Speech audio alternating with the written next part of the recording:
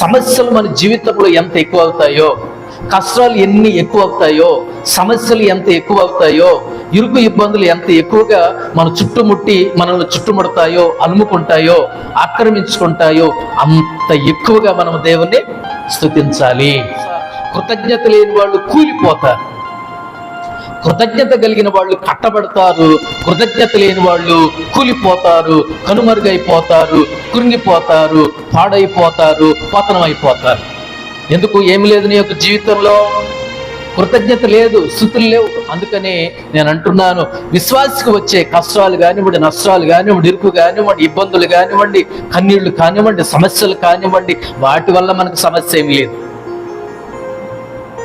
వాటి వల్ల మనకి ఇబ్బందులు ఏమి లేవు.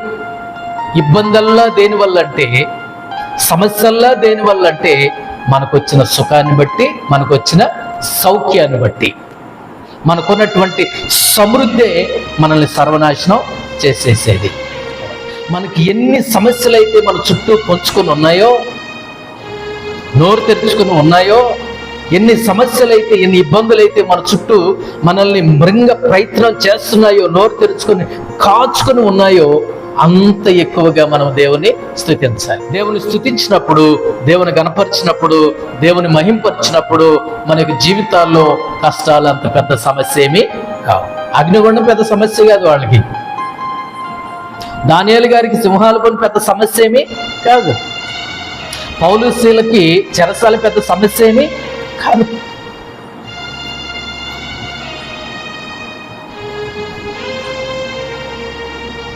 దేవుని స్తుతిస్తే, దేవుని గణపరిస్తే, దేవుని మహింపరిస్తే మన సమస్యలు సమస్యలే కావు, మన ఇబ్బందులు ఇబ్బందులే కావు, మన యొక్క శ్రమలు శ్రమలే కావు. దేవుడు వాటిని నాట్యముగా మారుస్తాడు. దేవుడు వాటిని నాట్యముగా మారుస్తాడు.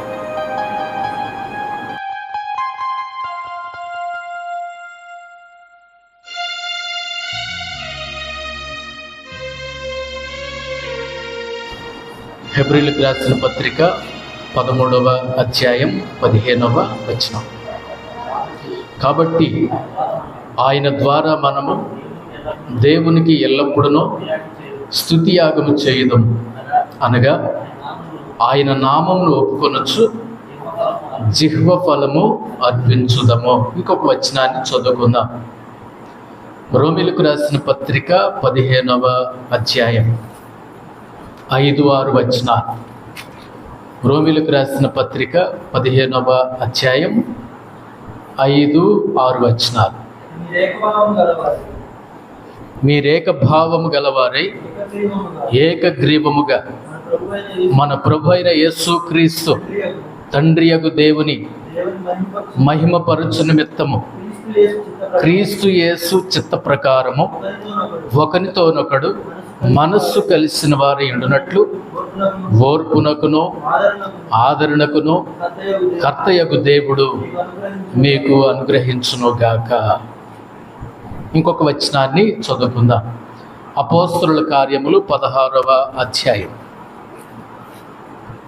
అపోస్తలుల కార్యములు 16వ అధ్యాయం 23 నుండి 26 వచనాలు. వారు చాలా దెబ్బలు కొట్టి వారిని చెరసాలలో వేసి భద్రముగా కనిపెట్టవలెనని చెరసాల నాయకునికి ఆజ్ఞాపించిరి. అతడు అట్టి ఆజ్ఞను పొంది వారిని లోపలి చెరసాలలోనికి త్రోసి వారి కాళ్లకు బొండ వేసి బిగించెను. అయితే మధ్యరాత్రి వేళ పౌలును సీలయు దేవునికి ప్రార్థించుచు కీర్తనలు పాడుచునుండిరి, ఖైదీలు వినుచుండిరి. అప్పుడు అకస్మాత్తుగా మహాభూకంపము కలిగెను, చెరసాల పునాదులు అదరెను. వెంటనే తలుపులన్నీ తెరుచుకొనెను, అందరి బంధకములు ఊడిపడెను. అందరి బంధకములు ఊడెను. మనం చదివినటువంటి ఈ 3 వచన భాగాల్లో ఒక అత్యద్భుతమైనటువంటి సందర్భం మనకు అర్థమవుతుంది. ఆది సంఘం లేకపోతే ఆది అపోస్తలులు వారి యొక్క జీవితాల్లో ఒక అద్భుతమైనటువంటి విషయాన్ని వాళ్ళు నేర్చుకున్నారు. ఆది సంఘము, ఆది అపోస్తలులు ఎక్కువగా చేసేటటువంటి పని ఏమిటంటే చాలా సమయం ప్రార్థనలో గడిపేవాళ్ళు. చాలా సమయము ప్రార్థనలో గడిపేవాళ్ళు. సమాజముగా కూడి, సంఘముగా కూడి, పరిచారకులుగా కూడి వాళ్ళు ఏం చేసేవాళ్ళనంటే ఎక్కువసేపు ప్రార్థనలో గడిపేవాళ్ళు. ఎక్కువ సమయం ప్రార్థనలో కనిపెట్టేటటువంటి వాళ్ళు.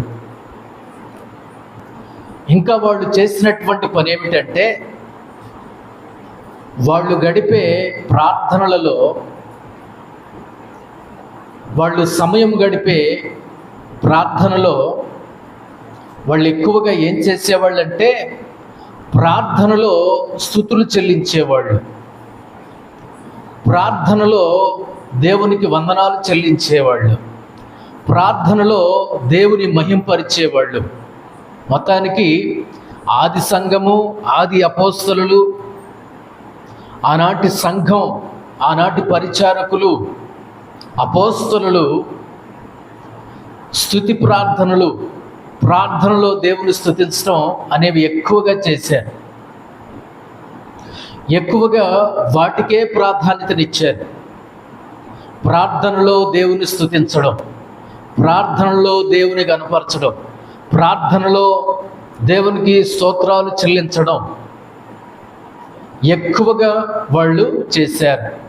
మనం మొదటిగా చదువుకున్నటువంటి వచన భాగం హెబ్రీయులకు రాసిన పత్రిక 13వ అధ్యాయం 15వ వచనంలో చదివాం కదా. కాబట్టి ఆయన ద్వారా మనము దేవునికి ఎల్లప్పుడూ స్తుతియాగము చేయుదము, ఆయన నామమును ఒప్పుకొనుచు జిహ్వ ఫలము అర్పించుదము.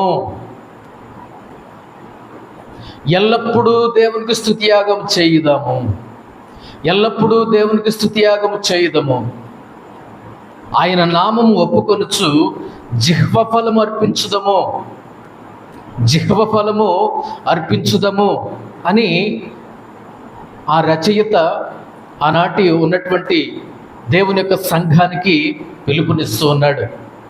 అందుకని నేనేమంటున్నానంటే ఆది సంఘము, ఆది అపోస్తలులు, పరిచారకులు ఎక్కువగా ప్రార్థనలో గడిపేవాళ్ళు.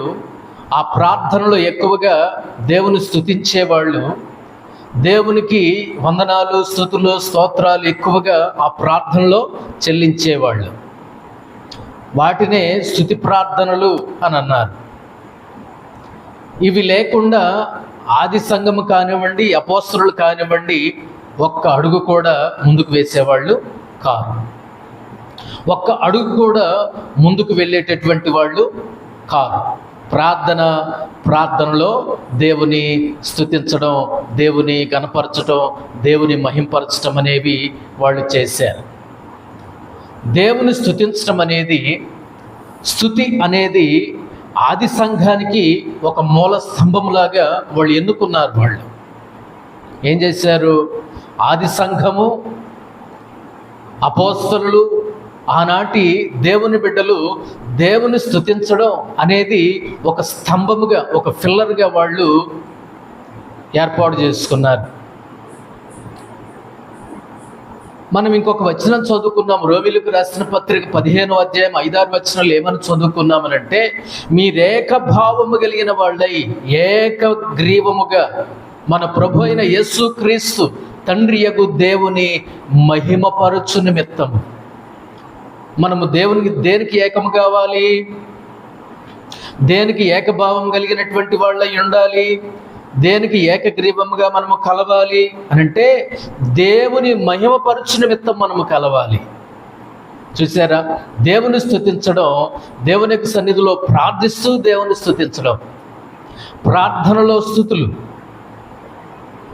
ఇవి వారికి ఊపిరిగా పెట్టుకున్నారు వాళ్ళు, ఆది సంఘం, ఆది అపోస్తలులు. మనము కూడి వద్దాం, కలిసి వద్దాం, కలుసుకుందాం, ప్రార్థనలో గడుపుదాం, ప్రార్థనలో దేవుని స్తుతిద్దాం, ప్రార్థనలో దేవుని గణపరుద్దామని వాళ్ళు ఒక గురిగా పెట్టుకున్నారు ఆది సంఘం, ఆది అపోస్తలులు. ఆది సంఘము, ఆది అపోస్తలులు వాళ్ళు ఏం చేశారంటే దేవుని బిడ్డలారా, ప్రతిఘటనలు ఎక్కువైన కొలది వాళ్ళు దేవుని మరి ఎక్కువగా స్తుతించారు. మనకు అర్థమయ్యే భాషలో చెప్పాలంటే, కష్టాలు ఎక్కువైనప్పుడు, నష్టాలు ఎక్కువైనప్పుడు, ఇరుకులు ఎక్కువైనప్పుడు, ఇబ్బందులు ఎక్కువైనప్పుడు, ఉపద్రవాలు ఎక్కువైనప్పుడు, బాధించే వాళ్ళు ఎక్కువైనప్పుడు, అనుమానించే వాళ్ళు ఎక్కువైనప్పుడు, అవమానించే వాళ్ళు ఎక్కువైనప్పుడు దేవుని స్తుతించడం కూడా ఎక్కువ చేశారంట వీళ్ళు. ఇది మాత్రం తగ్గనివ్వలేదు వీళ్ళు. ఆది సంఘం ప్రార్థించడం, ప్రార్థనలో దేవుని స్తుతించడం, దేవుని మహింపరచడం అనేది ఇవి తగ్గనివ్వలేదు. శ్రమలు పెరిగినా, సమస్యలు పెరిగినా, అవమానాలు పెరిగినా, అనుమానాలు పెరిగినా, అపహసించిన, కొట్టినా, తిట్టినా, గద్దించిన, చెంపలు వాయగొట్టిన, చెరసాలలో వేసిన, సంకెళ్ళు చేత బిగించిన, స్తుతి స్థాయిని పెంచారు. కానీ అమ్మో ఈరోజు బాగా దెబ్బలు తిన్నాం, ఈరోజు కష్టాల్లో మనం నలిగిపోయాం, ఈరోజు స్తుతి లేకపోతే లేకపోయింది, రేపు స్తుతిద్దాం అనుకోలేదంట ఆది సంఘము కానివ్వండి, అపోస్తలులు కానివ్వండి. వీళ్ళకి శ్రమలు ఎంత ఎక్కువైతే అంత ఎక్కువగా దేవుని స్తుతించారంట వాళ్ళు. వీళ్ళకు సమస్యలు ఎంత ఎక్కువైతే ప్రార్థనలో దేవుని అంతగా దేవుని కనపరిచారంట వాళ్ళు. సమస్యలు ఎక్కువైన కొలది, కష్టాలు ఎక్కువైన కొలది, నష్టాలు ఎక్కువైన కొలది, బాధలు ఎక్కువైన కొలది, ఇబ్బందులు ఎక్కువైన కొలది వాళ్ళు స్తుతి సమయాన్ని, దేవుని స్తుతించడాన్ని ప్రార్థనలో పెంచారు తప్ప దాన్ని తగ్గించలేదు. మనమైతే ఏం చేస్తాం? బాధలు ఎక్కువైతే ఏం చేస్తాం? శ్రమలు ఎక్కువైతే ఏం చేస్తాం? సమస్యలు ఎక్కువైతే ఏం చేస్తాం?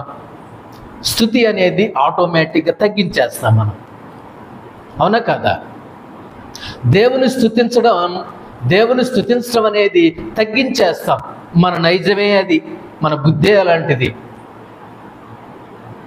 కానీ ఆది సంఘము, ఆది అపోస్తలులు శ్రమలు, సమస్యలు, ఇరుకులు, ఇబ్బందులు, కేసులు ఎక్కువైనప్పుడు, వాళ్ళని తిట్టినప్పుడు, కొట్టినప్పుడు, గేలి చేసినప్పుడు, అపహసించినప్పుడు, మెడ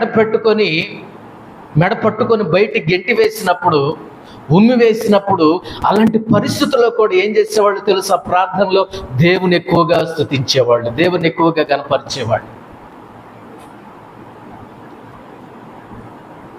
షద్రక్, మేషక్, అబేద్నెగోలు అగ్నిగుండాన్ని ఎక్కువగా చేశారు, వేడి ఎక్కువగా చేశారు, వేడిని ఎక్కువ, మంట ఎక్కువగా చేశారు.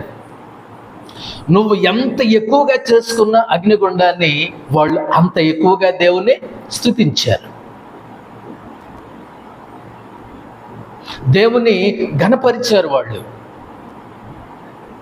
కానీ విశ్వాసులు, దేవుని బిడ్డలు ఈనాటి కాలంలో చేసేటటువంటి భయంకరమైనటువంటి అపరాధం ఏంటంటే, వాళ్ళకి ఏదైనా చిన్న సమస్య వస్తే, చిన్న శ్రమలు వస్తే, చిన్న సమస్యలు వస్తే, కొద్దిగా శ్రమలు వస్తే, కొద్దిగా కష్టాలు వస్తే దేవుని మనం స్తుతించం, దేవుని గణపరచం, దేవుని మహింపరచం.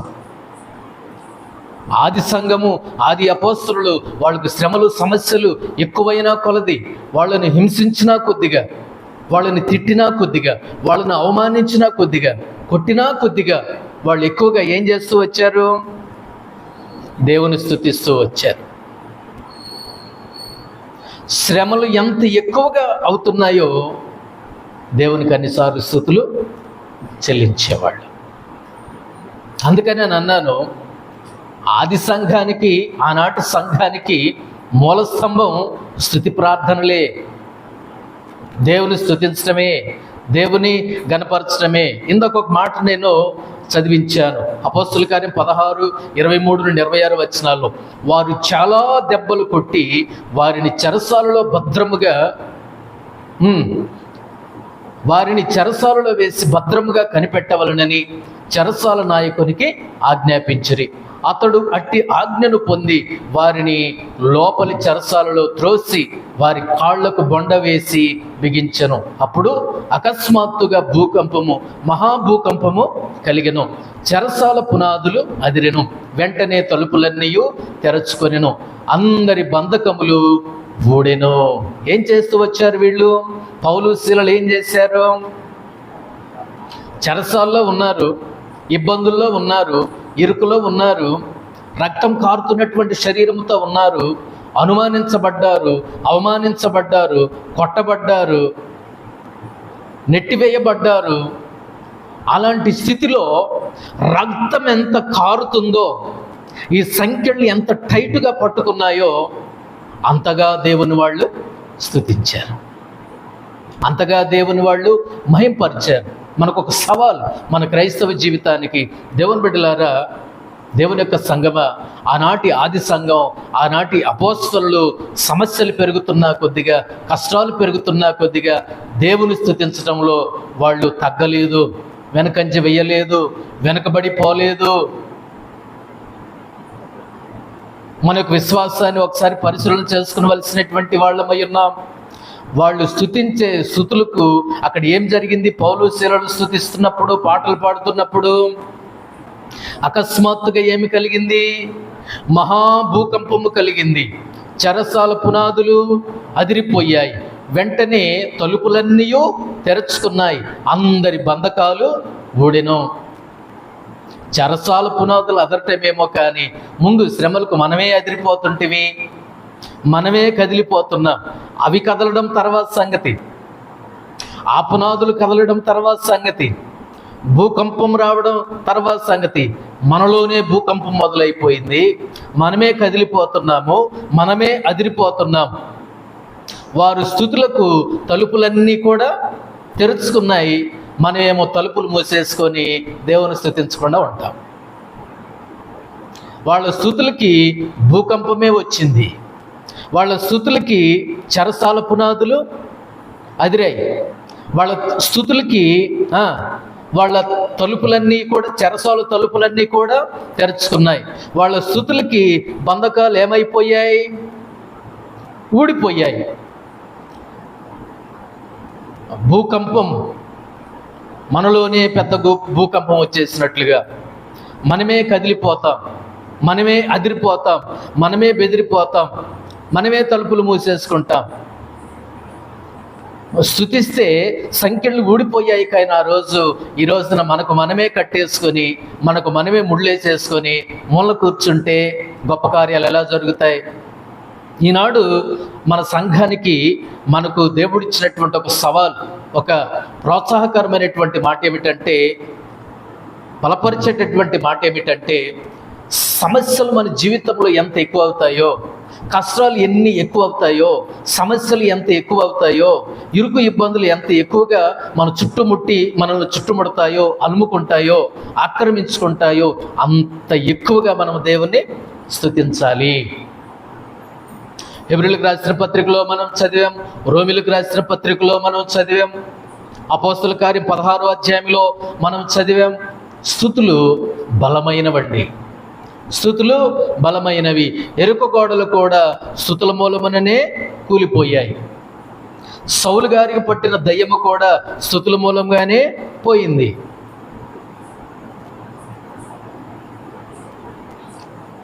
చెరసాల పునాదులు, తలుపులు, వాళ్ళకున్నటువంటి బంధకాలు దేనితో కూలిపోయాయి?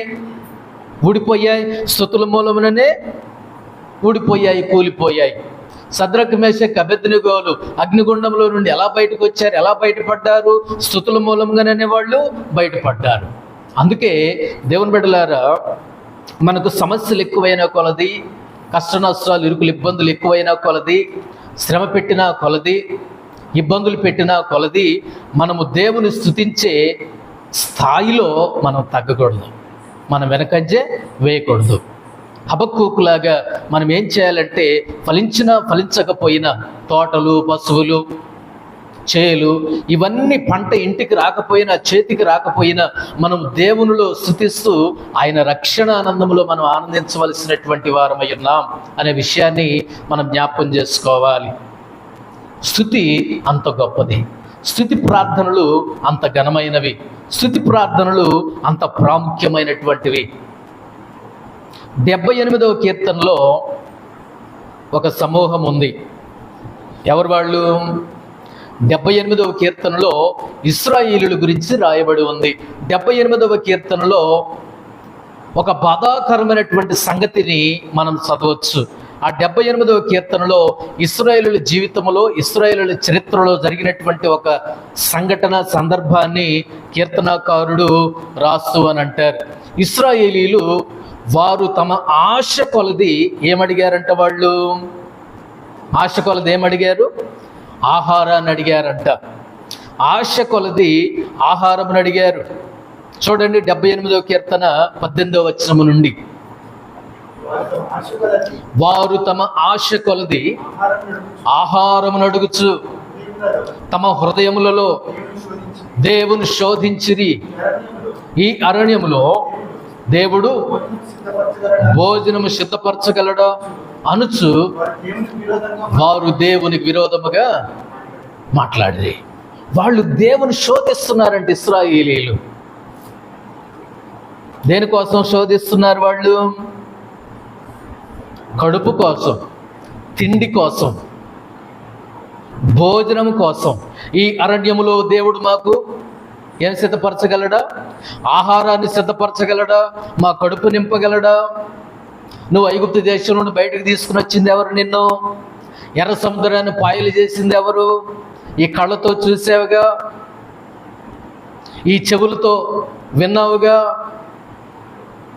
దేవుడు పెట్టింది తిన్నావుగా, దేవుడు మంచినీళ్ళు ఇస్తే తాగేసావుగా కళ్ళు మూసుకొని.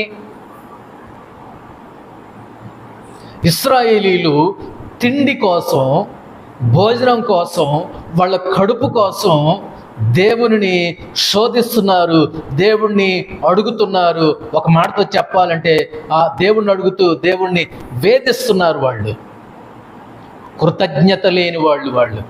ఇశ్రాయేలీయులు ఏమైపోయారు? దేవుడు పెట్టింది తిని, దేవుడు మంచినీళ్ళు ఇస్తే తాగి, ఆశ్చర్యకార్యాలు చూసి, అద్భుతాలు చూసి ఏమి లేకుండా అయిపోయింది వాళ్ళ బ్రతుకులో. దేవుని స్తుతులు లేవు, దేవునికి స్తుతులు లేవు, దేవుని స్తుతించట్లేదు, దేవుని గణపరచట్లేదు, దేవుని మహింపరచట్లేదు. ఈ అరణ్యంలో దేవుడు భోజనం సిద్ధపరచగలడా అనుచు వారు దేవునికి విరోధముగా మాట్లాడిరి. దేవుడు ఏం తెరిచాడు? అంతరిక్ష ద్వారాన్ని తెరిచాడు. ఆహారమునకై ఆయన వారి మీద మన్నాను కురిపించెను, ఆకాశ ధాన్యము వారికి అనుగ్రహించాను. ఈ ధాన్యాన్ని నువ్వు కష్టపడి పండించుకున్నావా? ఎక్కడి నుండి తెరిచాడు దేవుడు నీ కోసం? ఆకాశాన్ని తెరిచాడు, ఆకాశపు ధాన్యం ఇచ్చాడు, మన్నాను కురిపించాడు, నిన్ను పోషించాడు ఇన్ని సంవత్సరాలు. పైగా దేవుని శోధిస్తావా? కొన్నిసార్లు విశ్వాస జీవితంలో విశ్వాసం ఏం చేస్తాడో తెలుసా అండి? దేవుడిచ్చింది తింటాడు, దేవుడిచ్చింది తాగుతాడు, దేవుడిచ్చింది అనుభవిస్తాడు. దేవుడిచ్చిన ప్రాణం, దేవుడిచ్చినటువంటి జీవం, దేవుడిచ్చినటువంటి బ్రతుకు, దేవుడిచ్చినటువంటి ఆశీర్వాదాలు, దేవుడిచ్చినటువంటి దీవెనలు అన్నీ బుక్కిపడేసి చివరికి ఒక మాట అంటాడు, నాకేం చేశాడు దేవుడు? ఏం మేలు చేశాడంట? దేవుడు మాకేమీ చేయలే, దేవుడు ఏమీ మేలు చేయలే. నువ్వు బ్రతుకున్నావంటే మేలు కాదా? నువ్వు ప్రాణాలతో ఉంటాం మేలు కాదా? నీ దగ్గర ఏదైనా ఉందంటే దేవుడు నీకు ఇచ్చిందే, దేవుడు మనకిచ్చిందే. ఏమిచ్చాడని ఇల్లు బాకీ లేదుగా అనొచ్చేమో. నీలో ఉన్న ప్రాణము కూడా దేవుడు నీకు ఇచ్చిందే. వీటన్నిటిని మరిచి కొన్నిసార్లు విశ్వాసి అంటాడు, దేవుడు నాకేమీ మేలు చేయలేదండి, దేవుడు మాకేం మేలు చేశాడండి, దేవుని దగ్గరకు వచ్చిన ఉపయోగం ఏముందండి, దేవుని కోసం మేము చాలా ఖర్చు పెట్టామండి, దేవుడు మాకేమీ ఇవ్వలేదండి. వీళ్ళ గురేంటో తెలుసా? వీళ్ళ గమ్యం ఏంటో తెలుసా? తెల్లారిపాటికి దేవుడు మా మీద ఆశీర్వాదాలు కుమ్మరిస్తాడేమో అని ఎదురు చూసేవాళ్ళు కొంతమంది ఉంటారు. సరే దేవుడు ఇస్తాడు, ముందు ఆయనకి తగినట్లుగా బ్రతుకు, ఆయన నచ్చినట్లుగా జీవించు, ఆయన సన్మార్గంలో చక్కగా నడవడం రాదు కానీ ప్రశ్నించడం బాగా తెలుసు. ప్రవర్తన సరిగా ఉండదు కానీ విశ్వాసి కొన్నిసార్లు ప్రశ్నించడం అంటే చాలా తేలిక. దేవుడు మాకేం చేశాడు, దేవుడు మేలు మాకేం చేశాడండి, మాకేం ఒరిగిందండి, మాకేం వచ్చిందండి, ఇలాంటి తలతిక్క ప్రశ్నలన్నీ అడుగుతాడు విశ్వాసి కొన్నిసార్లు. దేవుడు చెయ్యంది ఏంటి చెప్పు? దేవుడు చెయ్యంది ఏముంది? ఇశ్రాయేలీయులు తిన్నారు, త్రాగారు, సుఖించారు. ఏమండి, అడుగడుగున దేవుని యొక్క గొప్ప కార్యాలు వాళ్ళు చూశారు. పగలు మేఘస్తంభాన్ని చూశారు, రాత్రి అగ్నిస్తంభాన్ని చూశారు. ఐగుప్తీయులు ఆ ఎర్ర సముద్రంలో మునిగిపోయిన సంగతి చూశారు. వాళ్ళు రక్షించబడినటువంటి సంగతిని చూశారు. ఎర్ర సముద్రాన్ని 2 పాయలుగా చేసింది వాళ్ళు చూశారు. ఇన్ని అద్భుతాలు, ఆశ్చర్యాలు కళ్ళారా చూసి చెవులారా విని దేవునికి ఏం చెల్లించలేదంట? వాళ్ళు దేవునికి స్తుతులు చెల్లించలేదు. అంతరిక్ష ద్వారము తెరచెను, ఆహారమునకై ఆయన వారి మీద మన్నాను కురిపించెను, ఆకాశ ధాన్యము వారికి అనుగ్రహించెను. వారు కడుపారా తిని తనిసిరి, వారు ఆశించిన దానిని ఆయన అనుగ్రహించెను. వారి ఆశ తీరక మునుపే ఆహారం ఇంకా వారి నోళ్లలో ఉండగానే దేవుని కోపం వారి మీదికి దిగెను. వారిలో బలిసిన వారిని ఆయన సంహరించెను. ఇశ్రాయేలులో యవనస్తులను కూల్చెను అనే మాటలు బైబిల్ గ్రంథంలో ఉన్నాయి. దీని అంతటి కారణం ఏంటో తెలుసా? కృతజ్ఞత లేని వాళ్ళు కూలిపోతారు, కృతజ్ఞత కలిగిన వాళ్ళు కట్టబడతారు, కృతజ్ఞత లేని వాళ్ళు కూలిపోతారు, కనుమరుగైపోతారు, కృంగిపోతారు, పాడైపోతారు, పతనమైపోతారు.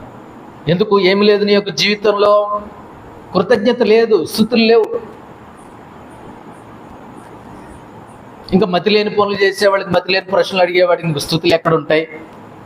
దేవుడు నాకేం చేశాడు, ఏం మేలు చేశాడు, నాకేం ఒరిగింది, మాకేం ఒరిగింది, నా పిల్లల చదువు ఆగిపోయింది, నా పిల్లలకు దేవుడే మేలు చేయలేదు, ఇంత కష్టపడ్డాం, ఇంత చెమట వచ్చాం.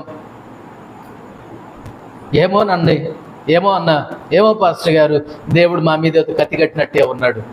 దేవుడు కత్తి కట్టాడా? దేవుడు కీడు చేశాడా? దేవుడు మేలు చేయలేదా? ఎన్నెన్నో మాట్లాడుతుంటాడు. ఈ నాలుకకి ఏముండదంట? నరము లేని నాలుక ఎన్నో వంకలు తిరిగిందంట, ఇది ఎన్నో వంపులు తిరిగిందంట, ఏదేదో మాట్లాడుతుంటాడు. దేవుడిచ్చినవన్నీ మర్చిపోయాడు, దీన్ని పట్టుకుని వేలాడుతున్నాడు. నా పిల్లలకేమీ మేలు చేయలేదు, దీని పెళ్ళి కావట్లేదు, వీడి పెళ్ళి కావట్లేదు, మాకేమో పొలం పండట్లేదు, ఎండిపోతుంది, వర్షాలు, దేవుడు ఏం మేలు చేశాడు అని ప్రశ్నించే విశ్వాసులు చాలామంది ఉంటారు. ఇది అదే బ్యాచ్. దేవుడు చేసిన మేళ్ళ విషయంలో దేవుని స్తుతించలేదు, దేవుని గనపరచలేదు, దేవుని మహింపరచలేదు, దేవుణ్ణి ఆరాధించలేదు. దేవుని బిడ్డలారా, కృతజ్ఞత లేని వాళ్ళు కూలిపోతారు. స్తుతి ప్రార్థనలు లేకపోతే, దేవుని స్తుతించకపోతే, దేవుని గనపరచకపోతే మన యొక్క జీవితాలు కూలిపోతాయి. కంగారు వచ్చేస్తుంది, తొందరపాటు వచ్చేస్తుంది, ఏం మాట్లాడుతూ మనకు అర్థం కాదు. మనం లైన్లో ఉండం, లైన్ తప్పిపోయాం మనం.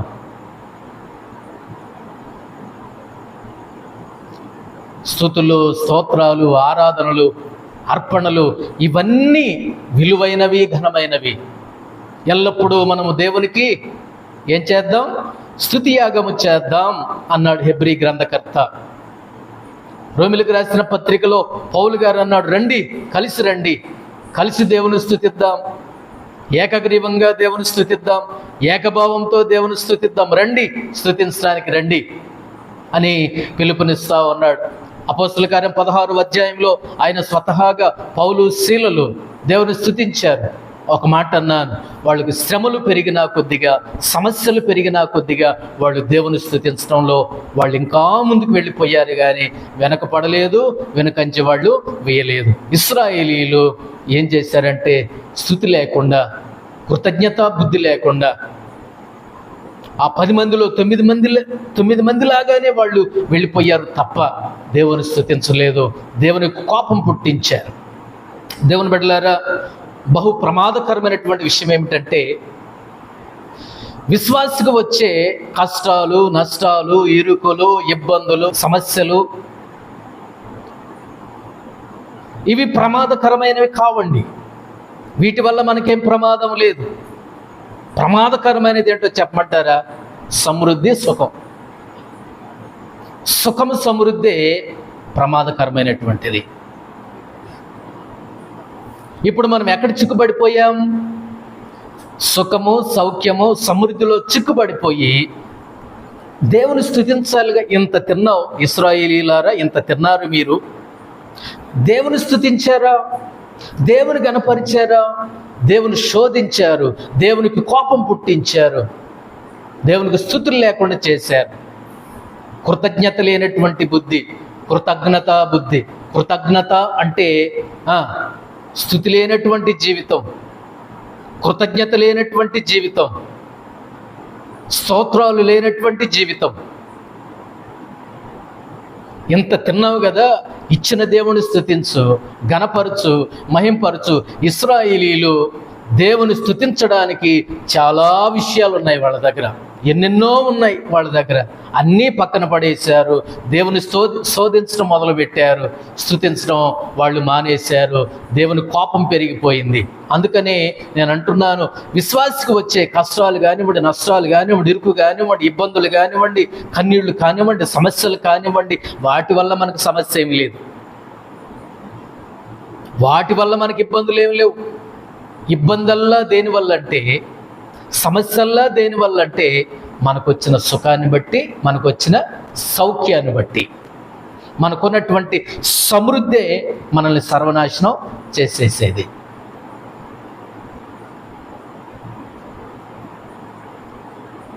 అందుకే మన యొక్క జీవితంలో శ్రమలు ఎక్కువైనా కొలది, సమస్యలు ఎక్కువ అవుతున్నా కొలది, మనం ప్రార్థనలో ఏం చేయడం నేర్చుకోవాలి? దేవుని స్తుతించడం నేర్చుకోవాలి, దేవుని గణపరచడం నేర్చుకోవాలి. మనకి ఎన్ని సమస్యలు అయితే మన చుట్టూ పొంచుకొని ఉన్నాయో, నోరు తెరుచుకొని ఉన్నాయో, ఎన్ని సమస్యలు అయితే, ఎన్ని ఇబ్బందులు అయితే మన చుట్టూ మనల్ని మృంగ ప్రయత్నం చేస్తున్నాయో, నోరు తెరుచుకొని కాచుకొని ఉన్నాయో, అంత ఎక్కువగా మనం దేవుని స్తుతించాలి. నోరు తెరుచుకుని ఉన్న సమస్యల వైపు మనం చూడకూడదు. ఇప్పుడు 23వ కీర్తనలో, నా శత్రువుల ఎదుట నువ్వు నాకేం చేసావు? భోజనాన్ని సిద్ధం చేసావు. ఇప్పుడు నేను శత్రువుల వైపు చూడకూడదు, నక్కల వైపు చూడకూడదు, గుంట నక్కల వైపు చూడకూడదు, పులుల వైపు చూడకూడదు, సింహాల వైపు చూడకూడదు.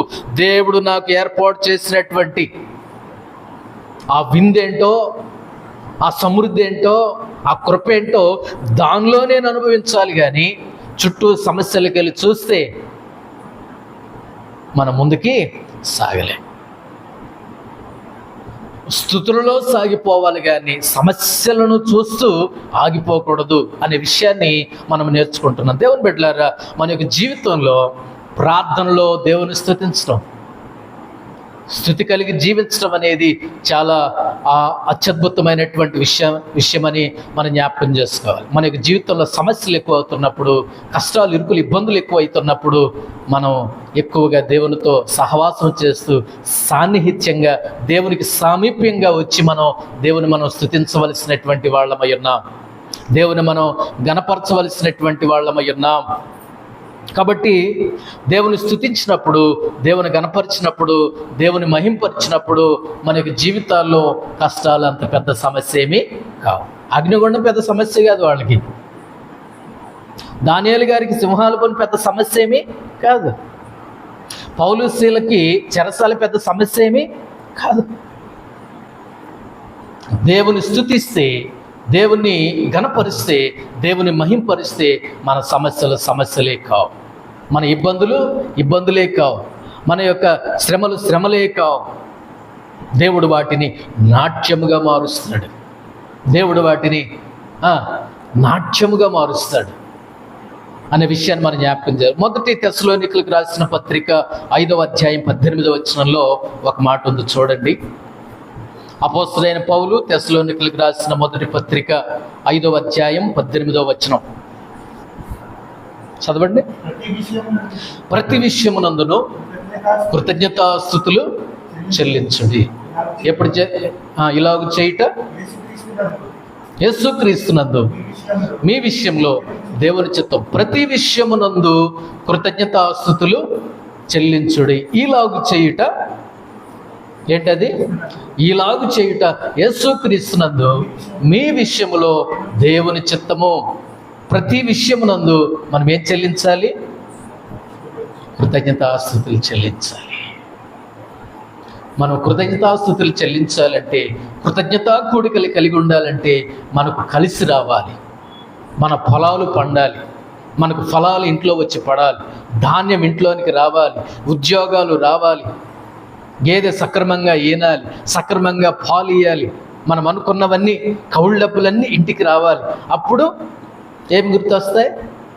కృతజ్ఞత స్తుతి, కృతజ్ఞత కూడికలు, స్తోత్రాలు అప్పుడు గుర్తొస్తాయి. దేవుడు అంటున్నాడు, ప్రతి విషయమునందును కృతజ్ఞతాస్తుతులు చెల్లించండి. ఇలాగు చేయటం మీ విషయంలో దేవుని చిత్తం, అది దేవుని ఇష్టం, అది దేవుని యొక్క చిత్తం. మనం కృతజ్ఞతాస్తుతులు కలిగి జీవించడం. ఫిలిప్పీ 4:4 ఏముంది? ప్రభువునందు ఆనందించుడి. మరల చెప్పుదును, ఆనందించండి. సమస్య ఏదైనా, ఇరుకేదైనా, ఇబ్బంది ఏదైనా, అది కష్టమైన, నష్టమైన, ఇరుకైనా, ఇబ్బంది అయినా, ఉపద్రవమైన, చెరసాళ్ళైనా, సంఖ్యళ్ళైనా, అగ్నిగుండమైన, ఎన్ని శ్రమలు, సమస్యలు పులిలాగా, సింహములాగా, తోడేలలాగా, గుంట నక్కల్లాగా నిన్ను మృంగ, నిన్ను చీల్చ, ఎన్ని నీ ముందు మోహరించినా, నిన్ను ఆవరించినా నువ్వేం చేయాలో తెలుసా? దేవునికి కృతజ్ఞతాస్తుతులు చెల్లించాలి, ప్రభువును బట్టి ఆనందించాలి, ప్రార్థనలో దేవుని మహింపరచాలి, స్తుతులు చెల్లించాలనే విషయాన్ని బైబిల్ గ్రంథంలో మనం నేర్చుకుంటున్నాం. ఆది సంఘము, ఆది అపోస్తలులు దేవుని స్తుతించడం, దేవుని గణపరచడం, దేవుని మహింపరచడం, దేవుని ఆరాధించడం వారి యొక్క జీవితాల్లో ఒక భాగంగా వాళ్ళు పెట్టుకున్నారు. మనం ఏది చేసినా మనము దేవుని స్తుతించవలసినటువంటి వారమై ఉన్నాం.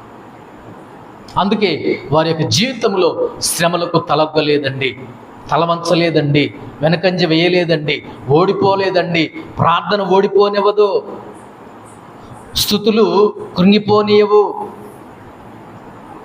దేవుని బిడ్డలారా, మన యొక్క జీవితంలో మనం నేర్చుకోవలసినటువంటి విషయం ఏమిటంటే, అపోస్తలుల వలె, ఆది సంఘం వలె, ఆనాటి సంఘం ఈనాటి మన సంఘాలకు నేర్పించేటటువంటి గొప్ప పాఠం ఏంటంటే, సంఘమునకు మూల స్తంభంగా స్తుతి ప్రార్థనలు చాలా ప్రాముఖ్యమైనటువంటివి. అవి చేయవలసినటువంటి వాళ్ళమై ఉన్నాం. ప్రార్థన మనల్ని ఓడిపోనివ్వదు, ప్రార్థన మనల్ని ఓడిపోనివ్వదు, స్తుతులు మనల్ని కృంగిపోనివ్వవు. అవి బలపరుస్తాయి, బలంగా ఉంటాయి. అవి మనకు జీవితాల్లో ఎంతో చేదోడు వాదోడుగా తోడుగా ఉండి మనల్ని నడిపించేవి అనే విషయాన్ని మనం జ్ఞాపకం చేసుకోవలసినటువంటి వాళ్ళమై ఉన్నాం. చెరసాల్లో ఉన్నటువంటి పౌలు, శీలలు వాళ్ళు దుఃఖపడలేదండి. వాళ్ళు అక్కడి నుంచి రిలీజ్ అయిపోయి సహోదరుల దగ్గరికి వెళ్ళి వాళ్ళను ఆదరించారంట. అసలు ఆదరణ ఎవరికి కావాలి చెప్పండి? దెబ్బలు తిన్నవాడికి ఆదరణ కావాలి. దెబ్బలు తిన్నవాడి భుజం మీద చేసి మాట్లాడాలి, వాళ్ళతో ప్రేమగా మాట్లాడతాం, వాళ్ళకి ఆదరణ కావాలి, ఓదార్పు కావాలి. కానీ వీళ్ళు రిలీజ్ అయ్యి చెరసాల్లో నుండి, జైల్లో నుంచి రిలీజ్ అయిపోయి సహోదరుల దగ్గరికి వెళ్ళి ఏం చేశారో తెలుసా? వాళ్ళను ఓదరించారంట వీళ్ళు, వాళ్ళను ఓదార్చారంట వీళ్ళు. వాళ్ళని ఏం చేశారు? ఉత్తేజపరిచారంట, వాళ్ళను ఉత్సాహపరిచారంట, వాళ్ళను ఓదార్చారంట. ఎంత గొప్ప సంగతి ఇదండి క్రైస్తవ జీవితం. ఎంత సంతోషం. వాళ్ళని తిట్టినా, వాళ్ళని కొట్టినా, అవమానించినా, నెట్టివేసినా, మహాసభ ఎదుట నుండి వాళ్ళు దెబ్బలు తిని సంతోషంగా ఆ నామము కొరకు అవమానం పొందడానికి ఎవరు మనం పాత్రులని ఎంచబడి వాళ్ళు అక్కడి నుండి సంతోషంగా వెళ్ళి వాళ్ళు మానక ప్రతి ఇంటింటను యేసే క్రీస్తు అని ఏం చేస్తున్నారు? వాళ్ళు ప్రకటిస్తున్నారు. ఇదండి క్రైస్తవ సంఘానికి ఉన్నటువంటి లక్షణం. కాబట్టి దేవుని బిడ్డలారా, ప్రార్థన, స్తుతి ప్రార్థనలు సంఘానికి ఎంతో అవసరం. స్తుతించడం, దేవుని సన్నిధిలో ప్రార్థించడం, దేవునికి సన్నిధిలో ప్రార్థిస్తూ దేవుని స్తుతించడం ఎంతో గొప్ప అద్భుతమైనటువంటి విషయం, అద్భుతమైనటువంటి సంగతి అనే విషయాన్ని మనం జ్ఞాపకం చేసుకునవలసినటువంటి వాళ్ళమై ఉన్నాం. మన సమస్యలు ఎంత పెద్దవైనా కానివ్వండి, మన ఇరుకు ఇబ్బందులు ఎలాంటివైనా కానివ్వండి, కానీ మనము దేవుని యొక్క సన్నిధిలో ప్రార్థిస్తూ దేవుని స్తుతించడం, స్తుతిభావం కలిగి ఉండటం అనేది చాలా గొప్ప సంగతి అండి. ఆది సంఘాన్ని చూసి, ఆది అపోస్తలులను చూసి శ్రమలే భయపడ్డాయేమో అన్నంతగా దేవుని కృప వాళ్ళను వెంబడించింది. శ్రమల్లోనే, సమస్యల్లోనే, ఇరుకులోనే, ఇబ్బందుల్లోనే ఆది సంఘం ఎదిగి ఫలించింది, అంచెలంచెలుగా ఎదిగి ఫలించింది. కాబట్టి మన యొక్క జీవితంలో సాతానుడు ఎన్నో ప్రయోగాలు చేస్తూ ఉంటాడు, మన మీద ఎన్నో దాడులు చేస్తూ ఉంటాడు, ఎన్నో సమస్యలు సృష్టిస్తూ ఉంటాడు. కాబట్టి దేవుని యొక్క సంగమా, మనం చేయాల్సిన పని ఏమిటంటే, సాతానా నువ్వెన్నన్నా సృష్టించుకో, ఎంతమందినైనా లేపుకో, ఎంతమందినైనా నా మీద గుసిగొలుపు, ఎంతమందినైనా పంపించు, నేను ప్రార్థనలో నా స్తుతి స్థాయిని పెంచుతా. నా ఆయుధం ఏంటో తెలుసా? ప్రార్థన. నా ఆయుధం ఏంటో తెలుసా? స్తుతి ప్రార్థన. నా బలం ఏంటో తెలుసా? స్తుతి. నా బలగం ఏంటో తెలుసా? దేవుని యొక్క శక్తి, పరిశుద్ధాత్మ యొక్క శక్తి అని వెనకంజ వేయకుండా క్రైస్తవ సంఘం ఈనాడు ముందుకు సాగాలి అనే విషయాన్ని మనం జ్ఞాపకం చేసుకోవాలి. కానీ నిరాశ పడకూడదండి, కృంగిపోకూడదండి, కూలిపోకూడదండి, వెనకంజ వేయకూడదండి. ప్రార్థన, స్తుతి ప్రార్థనలు మనం కలిగి మనము జీవించవలసినటువంటి వాళ్ళమై ఉన్నాం. వాటి ద్వారా మనము ఏం చేస్తామో తెలుసా? ఓడిస్తాం. ప్రార్థన చేయని వాడి మీదకి ఇంక బలం ఎందుకు ఉంటుంది? స్తుతించిన వాడికి ఇంకెందుకు బలగం ఉంటుంది? స్తుతి ప్రార్థన చేసేవాడే ఉజ్జీవింపబడతాడు, బలం పొందుకుంటాడు. అవి లేనటువంటి వాడు కూలిపోతాడు, కురిగిపోతాడు. కాబట్టి దేవుని బిడ్డలారా, మన యొక్క జీవితంలో స్తుతి ప్రార్థనలు చాలా ప్రాముఖ్యమైనటువంటివి. సమస్యలు పెరిగిన కొద్దిగా, ఎక్కువైన కొలది మనం దేవుని స్తుతించవలసినటువంటి వాళ్ళమై ఉన్నాం. స్తుతి ప్రార్థనలు మనం చేయవలసినటువంటి వాళ్ళమై ఉన్నాం. మన యొక్క జీవితంలో మన పరిస్థితులను దేవుడు మార్చేస్తాడు. వేటి వల్ల? స్తుతి ప్రార్థన వల్ల మన పరిస్థితులను, మన స్థితులను దేవుడు ఏం చేస్తాడు? మార్చివేసి చక్కటి వాతావరణాన్ని దేవుడు అనుగ్రహించగలిగిన శక్తి, సామర్థ్యం కలిగిన వాడు.